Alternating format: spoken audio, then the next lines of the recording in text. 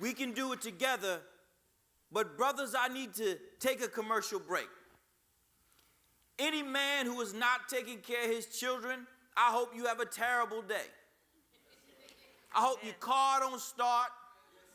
I hope you lose your little job. And I hope you catch something that itches and burns. We've spent too much time trying to clean up behind your mess. If we're going to do this together, then we have to understand that every one of us has a responsibility. Amen. Every single body has to put their body on the battle. It can't just be a couple of dudes who coach the AAU team, coach the baseball team, coach the football team, carry kids as the deacon, teach in the schools. It can't just be a couple of us. It can't just be a couple of us taking time out of our children's lives to take care of the entire community, to come home and argue with our wives yet again. Because you have too much time on your hands, because you say that you got an issue with this child's mother. We can have the macro conversations about policy and politics, but the person that is us, the black men in our community, has to stand up and take responsibility for the circumstances that we've created. We can have all the conversations. Look, I will go after the systems all you need me to. I do not care if organizations such as teachers' unions get mad at me. I'm not scared of no teacher.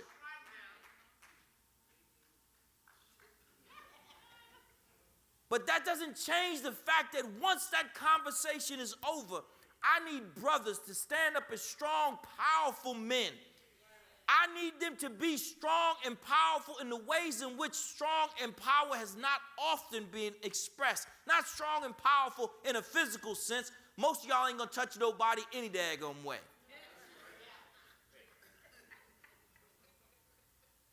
I ain't talking to walking around screw-faced and angry at the world. I'm talking about being loving and caring, compassionate human beings.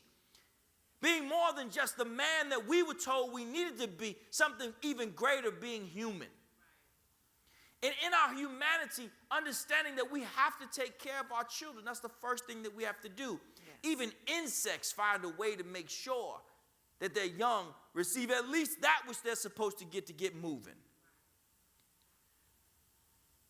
It troubles me that as I lead schools, that I can almost guarantee that when I call home, I'm not speaking to a man.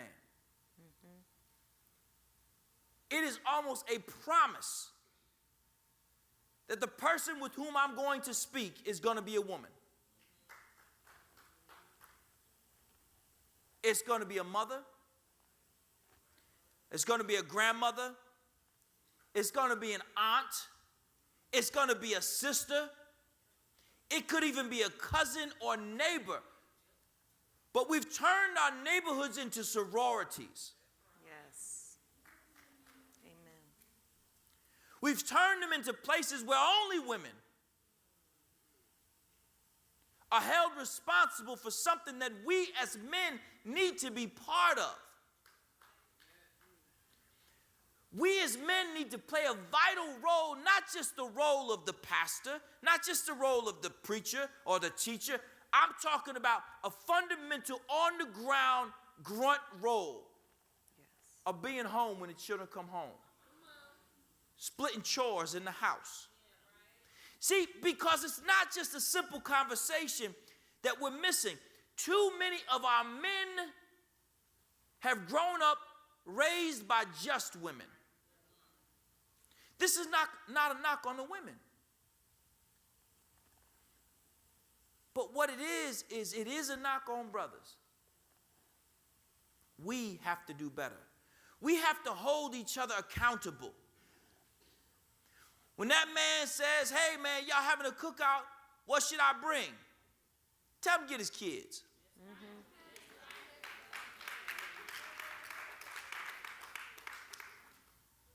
Well, you know, his mother's crazy, so you're going to leave your child with somebody who's crazy? What does that make you? We have an obligation to hold the men in our lives responsible, and this, therefore, is a conversation in part for women. I need y'all to kick your grown-ass sons out the house. I need you to drag him through the living room where he took prom pictures. I need you to throw him out onto the stoop that you still have to beg him to shovel or sweep or whatever it is.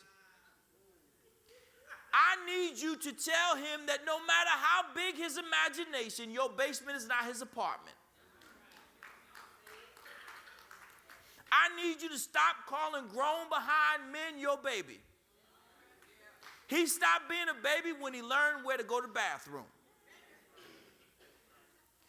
You have to understand, sisters, that you're making this hard on us.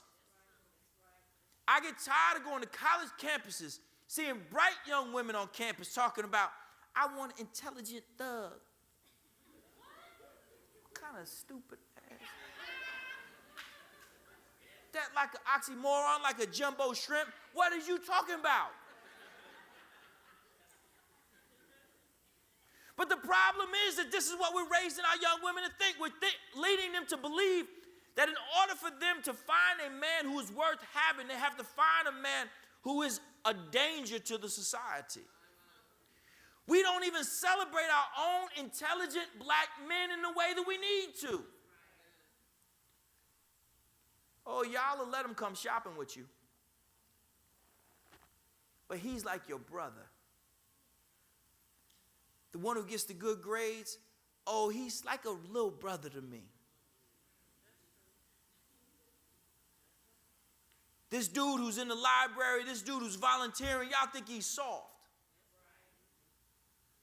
We're creating this phenomenon. Again, there's no systems.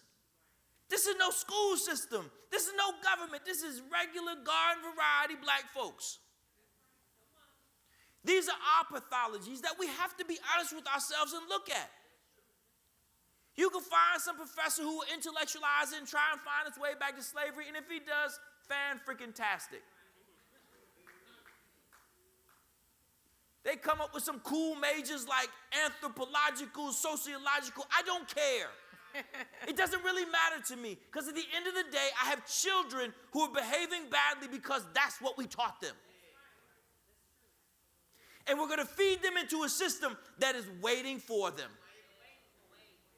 Can't wait to get their hands on these brothers. Can't wait to lock them up. Y'all talk about how schools need more money. If the issue was money, then we would send kids to prison, because that's where we spend the most amount of money on them.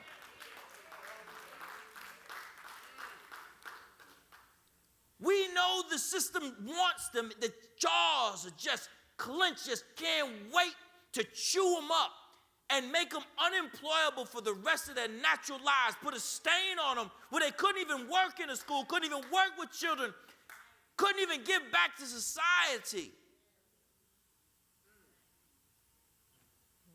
There's no more time for excuses.